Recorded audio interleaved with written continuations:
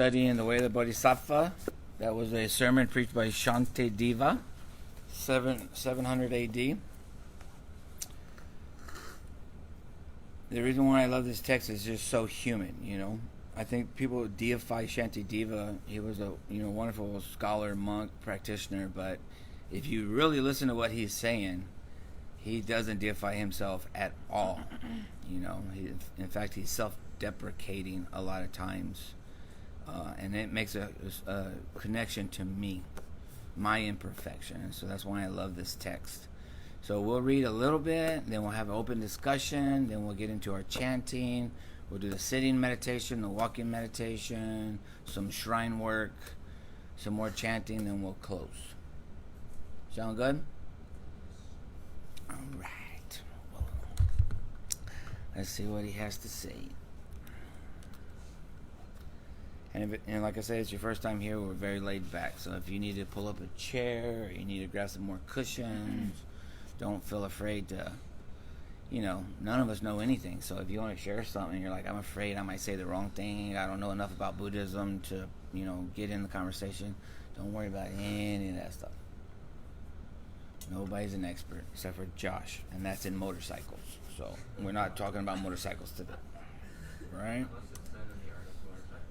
Right? Okay, so Shantideva tells us, speak with honest words, coherently, with candor, in clear, harmonious voice. Abandon what's that word? Partiality, rejection, and attraction. And speak with moderation gently. So, well, let's read the commentary. This is easier said than done. Mindful speech can be one of the most difficult practices. To speak honestly and coherently is hard enough, but to speak with moderation is even greater still. Trungpa Rinpoche put great effort into having his students speak slowly, mindfully, and clearly. This was a rewarding and illuminating practice. Slowing down our speech can have a remarkably calming effect.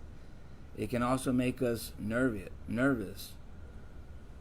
We're so used to mindlessness and speed that slowing down can feel threatening. Shantideva encourages us to speak gently and without bias. It can be embarrassing to see how much prejudice we convey with our words. Acknowledging a biased mind, before it turns into a speech, can spare us a lot of pain. Without justification or guilt, praise or blame, we can recognize we're getting caught and just keep silent. So you'll hear a lot of that in Buddhism about mindful thoughts, mindful speech, mindful actions, thinking about things before you do them, making everything a practice, even in your normal conversations with people, bringing mindfulness to it, and it's something that I've worked with a lot just in this last year, like I brought up before. I love to make people laugh, but then sometimes if you use sarcasm, it can be cutting, right? And then some people say that, in humor, there's always some hidden truth to it or something like that, right? And so if I use sarcasm, the person might go off thinking, well, does Kylie really secretly feel that way about me? Or what did he mean by that really? And I'm just trying to make a joke, right? So thinking about what we say before we say it, obviously I'm still working with that, but I also used to tell people things that had a little bit of, I'm telling you this like a story, but really, what a good boy am I, or a little ego in there as far as, I'm saying this in a certain way because I want you to like me, or I had this experience that is so different than you. You know what I mean? And it came up a lot around India. It's like there for a while. When I got back, it came up in every conversation. And it got to the point of, Why do I keep bringing it up? Is it because I'm still so excited about the trip, or is it because I want everybody to know that I went to India and I went to this monastery and I did this whole thing, right? So you constantly have to check your gut. Am I saying this out of ego, or why am I doing this? You know, and then also our thank yous and you're welcome and please and all these things. Am I coming across as a jerk right now, or how can I add love and compassion to what I'm saying to this person? You know, and then also culturally, like, am I being aggressive? Am I coming off as a know-it-all? All these things play into our interactions with those around us. And how we speak to ourselves, right? How loving am I being to myself today in these thoughts that are going through my head? Hi, Charles. Hi. Hey, Felix. Good morning. How you doing? Sorry, wait. Crackle Barrel was really So Shantideva is living in a monastery when he's delivering this speech, and so we always think that living in a monastery, everybody's so holy, floating around on clouds and blessing each other. But from what I've heard from my Lama, is it can be really cutthroat, and some people want to be the teacher's favorite, and it's still that you snore in your sleep. You know, I want to get another roommate, or this guy always leaves his dishes out.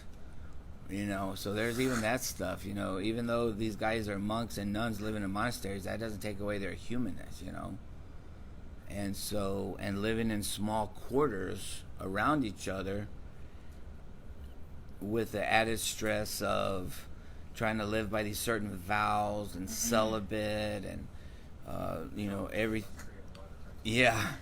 and everything having to be on time. The pressure to do well in your studies, so all that stuff adds up. So you still got the human interactions that are going on. So Shantideva's talking to a lot of monks when he's delivering this, but he's basically reminding them, think about what you say before you say it. You know, treat each other with kindness, and ask yourself, why are you saying it, right? Is this coming from ego, or is this coming from love? Even Friday, this guy that I work with, he's 20 years old, and we went on a little wellness walk at lunch, and he asked me about relationships, and I was like, thinking to myself, what the hell do I say? I don't, what? And so it just like tell him a similar story that you went through in a relationship, and basically that it didn't, just because that relationship didn't work out, it wasn't the end of my life.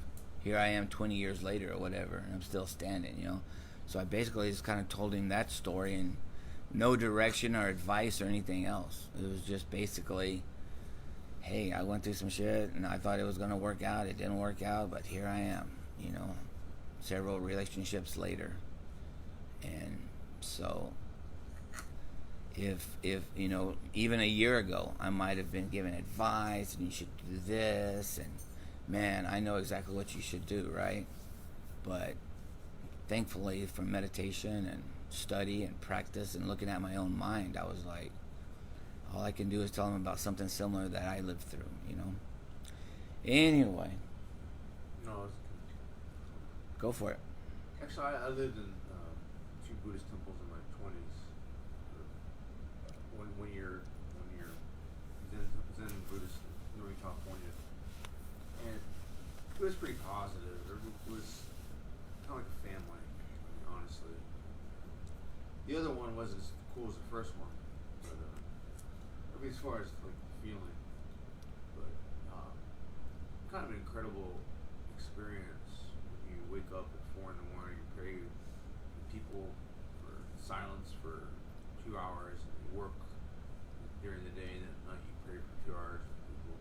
And it was kind of nice because it's like you're there in the room, you're talking, you're just praying, meditating. It's almost like a healing kind of thing when you're like this, and after a couple months, you kind of synchronize a little bit. There's some synergy. I don't know. I never. I visited a Tibetan Buddhist center in northern New York. It was pretty cool. The lamas were there.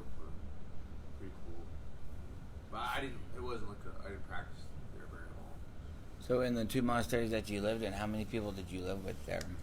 The first one probably around 15 people, and the other one was probably around 15 people.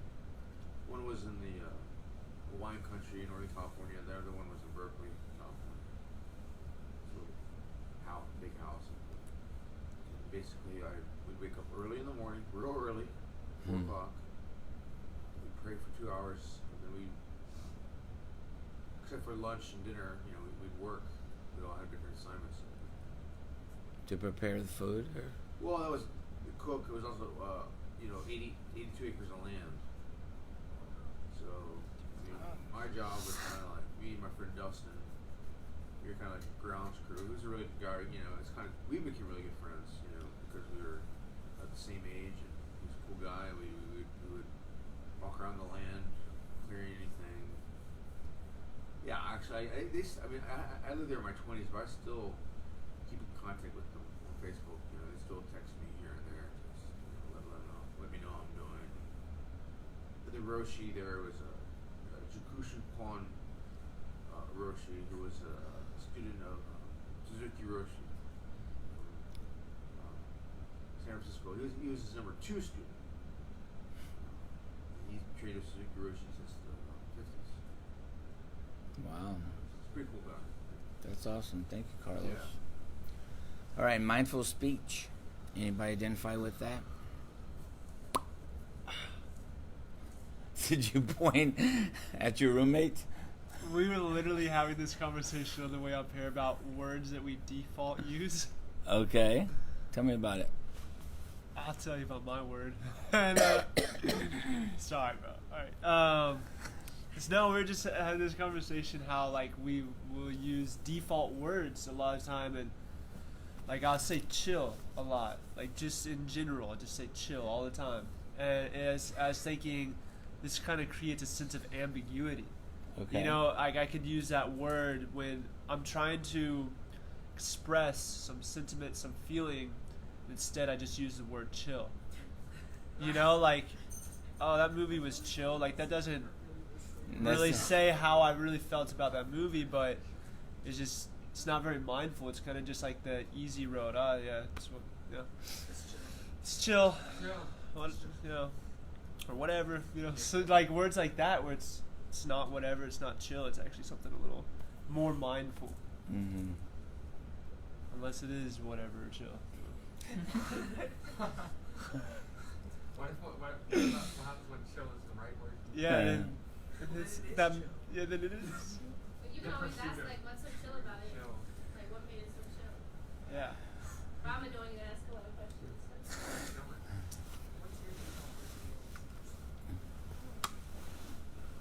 Anyways, It's fine. It's fine? it's fine. I think I'd probably say cool. Yeah, that's cool. Cool. Kinda like But can those words chill and cool mask your true feelings? Yes. Oh, yeah. Yeah. And can it be actually holding people at arm's length? Exactly. Then it's doing its job.